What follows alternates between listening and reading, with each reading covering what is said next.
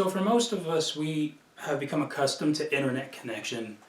Like it's almost like we live off of it. Everything we do most likely requires Wi-Fi.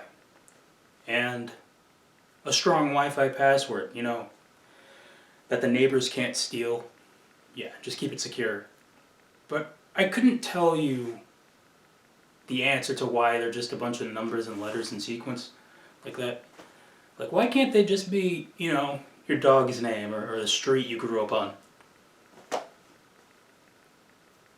I just realized what I said, and oh my goodness.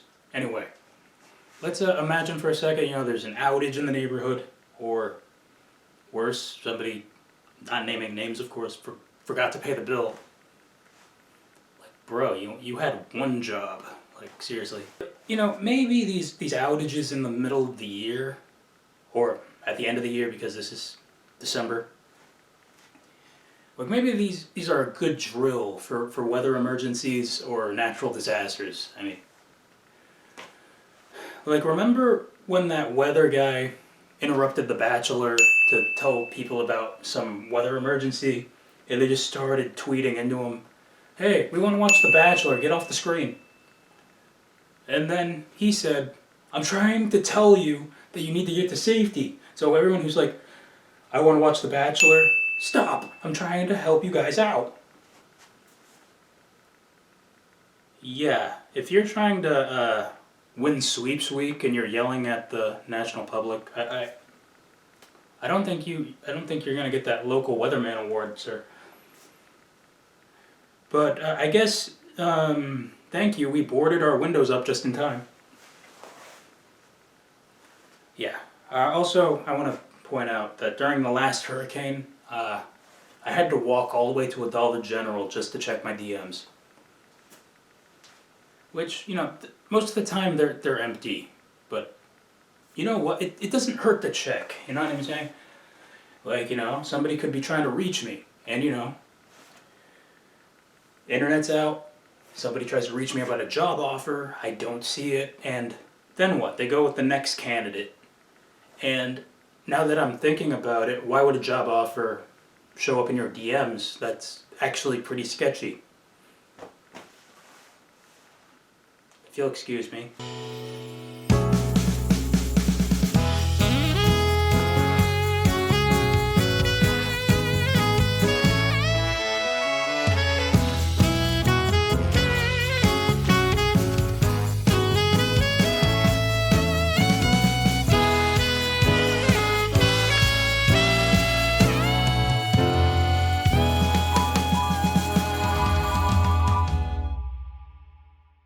Welcome to the show, everybody. I'm your host, Rob Rodriguez. Now, we're about 2 weeks away from Christmas, but, the holiday music already started about November 1st. It's like, okay, it's October 31st, it's Halloween. What are your plans? I'm gonna watch The Nightmare Before Christmas. Okay, cool. Have fun. Next day, hey, what are your plans? I'm still watching The Nightmare Before Christmas. Cool. You gotta love when a movie is celebrated on 2 different holidays, right? Gotta love that. Now more than half of you were like, what about Thanksgiving? That hasn't even happened yet. No, absolutely not, Mariah Carey. It is not time yet. Okay, so I'm going to say this on my own free will. I mean, what could possibly go wrong? But I work for Coca-Cola, right? They're not a sponsor. I'm an employee. Now, since last month, we've seen nothing but Santa Claus and Sprite Cranberry. Yeah. Where are you, LeBron? Like, it is the thirstiest time of the year, after all, and every year I look forward to you saying, "Want a Sprite Cranberry?" I mean, I miss it, man. Bring us some holiday cheer.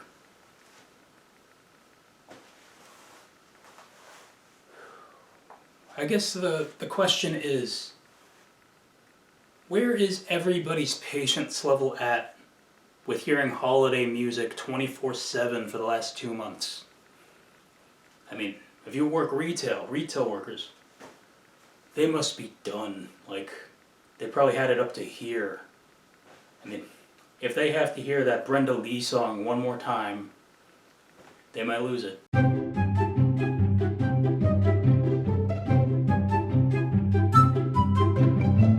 mean, they're like, sleigh bells ringling ding ding. Stop. Just stop. It's stuck in my head. So as people, we do our best to adapt to any new surrounding. And, sometimes it is a smooth transition. Like, we're a great fit. We feel like we belong. But then other times we're not such a great fit and things don't really work out. Right? Like, for example, my junior year in high school, I took a drama class because I did not get TV production that year. Like, TV production is my origin story.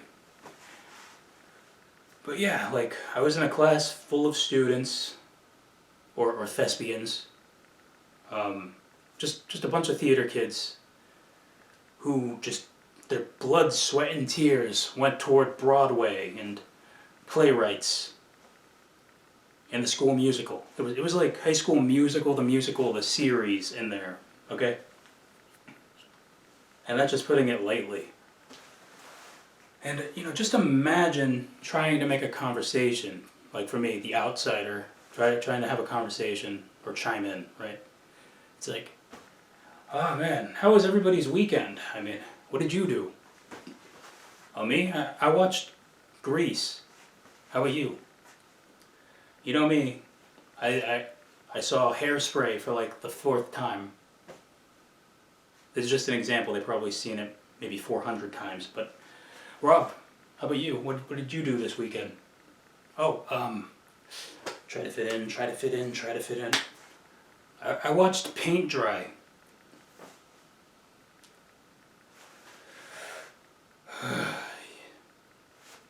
You can't sit with us. I mean, picture this. Let's say you're on break at work or, you're in free time at school and you're invited into a conversation, but to be honest, to be fair, you have no idea what they're talking about. I mean, the whole time you're like,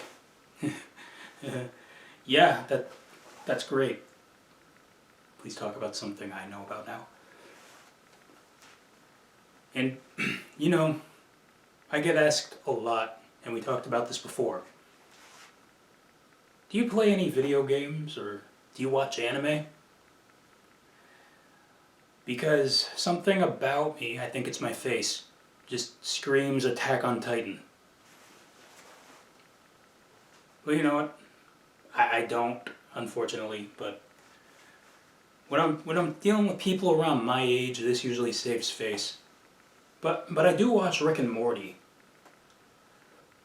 Oh, cool. I mean, that's kid stuff, but you're all right. Sweet, I fit in. I thought I was gonna have to pretend I knew anything about Grand Theft Auto. Take this for example. Looking for a job, right? Employers, they know what they're looking for. They know who they're looking for. Like, not what. I mean, they're not building robots to be the perfect employee. Name it Andy or something, and then one day, just Andy goes haywire. That's an interesting plot for a sci-fi film, actually. But we brought it out into the universe, and somebody will hear that, pitch it to Sci-Fi or USA, not give me credit. Anyway, they know what they want, but they have to give everybody a fair chance to, at least interview to fill this role. Like, all I have to say is, just show up prepared. Like, never wing it with these things. Because, some interviews go better than others, but just imagine the horror stories of, like, the worst kind of interviews. Like, picture this. Okay, nice to meet you, Kevin. Alright, tell me a little bit about yourself. I'm Kevin. Okay.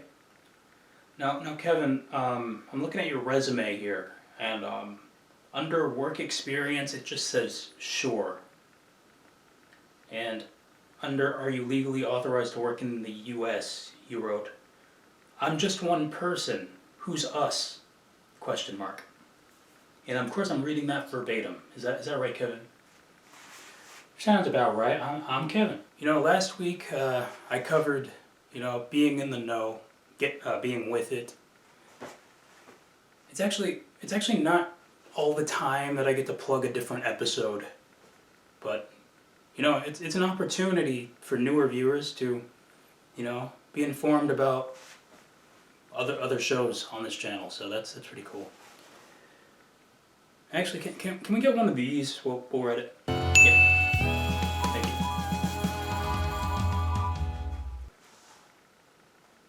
Oh, hey Rod, you're actually 2 shows late, but at least we're still in the middle of one, right? Now, why are you showing up in the middle of one, actually? Dude, are you okay? Am I okay? What do you mean? Wake up, man. I mean, the first show, you just look like a caveman. The second show, you suggest you don't like feedback? What the heck is that? You live off of the feedback. Like, you wouldn't be who you are today if it wasn't for feedback. You'd still be that 17-year-old kid doing the show from his garage, talking about Frozen or something like that. Okay, so yes, I forgot to shave in the season premiere, and yes, the cold open from last week is a little confusing because I do accept feedback, but I don't like taking bad advice, you know what I mean? Yeah. Remember when you told your uncle, wouldn't it be funny if I had a puppet that looked just like me? Yes, that was for my 17th birthday. And here we are. That was 2013. We're in 2023. You and I have been partners for 10 years. 10 years, almost 10 seasons, yeah.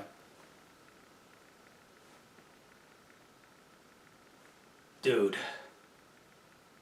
I'm getting too old for this. Rod, you can't say that, man. Not here, at least. Oh, but you can say dumb.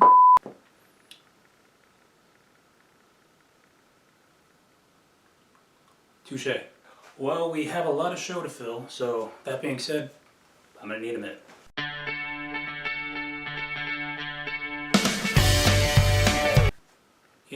It's increasingly obvious, and I can deny it no longer. Exactly what everyone was thinking. My grammar is terrible. 13 years of school, and when I talk, I just sound very uneducated, right? I mean, my biological mother, she suggests to me every time we talk that I should move to Japan and teach English there, because the money's good. I'm half Japanese. I should have brought that up. We're forgetting key details now, Rob. But I really don't want to do that because I don't want to be responsible for having taught a class to say things like, I'm doing good, or I am literally speechless right now. Figuratively. It's figuratively. It's time for that weekly list known as the possibility list. It's kind of like trying to find something to eat or drink at your grandparents' house that isn't expired. I'm no Einstein, but I'm pretty sure Gatorade has not looked like that since 2002. Let's check the expiration date. Yep, right on the money.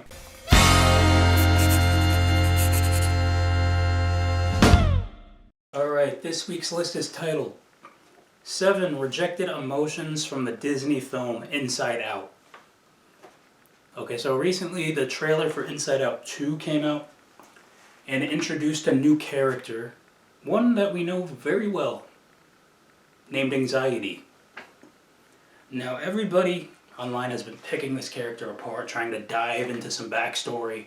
It's not like they're introducing any other new characters, one whose name nobody can pronounce. And by the way, I have to stress the possibility list is made up. What I'm about to read to you is not canon to Disney. I made these up in like 20 minutes, give or take. No hesitating with this list whatsoever. And number 7, Giddy. Number 6, Paranoia. Number 5, Euphoria. Number 4, Distraught. Number 3, Nostalgia. Number 2, Phoniness. And number 1, 7 rejected emotions from the Disney film Inside Out. Stupidity. Alright. And that is the possibility list for you this week. That felt like reading a spelling test. Alright, next on the show, we sometimes do this thing where we bring up something from history, the entertainment world, or a news story. And it sounds made up, but I always have something to back it up, right? This is events in history that actually happened. The year was 2022, just a year ago. And all the stars, they aligned, they got together for a big night. That night was Oscars night, right? So many people were up for awards. There's Bradley Cooper, Steven Spielberg, and of course, the Fresh Prince of Bel-Air, the I Am legend himself, the bad boy for life, Will Smith. Now, contrary to common belief, I do not like to repeat myself, but the night it happened, we happened to do a show that Sunday. And this is what I had to say. Now, short answer is a classic playground game ensued on air. And let's just say, rock beats scissors, scissors beats paper, and Will Smith smacks Chris Rock apparently. That's right, as we all know, Will Smith walked up on stage and, gave Chris Rock one of these things, Richard!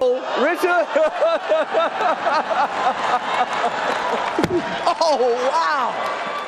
Wow! Smacked him. Well, that is the show for you this week. To follow me on social media. This is the last show of 2023. We will be back in 3 weeks' time, I guess. Well, that's it for me, but remember to ask yourself, are you a follower or a leader? Are you a man or a Muppet? Good questions. Remember, there are only 2 types of people in this world. The kind that entertain and the kind that observe. By Brittany's book. Alright. Thank you.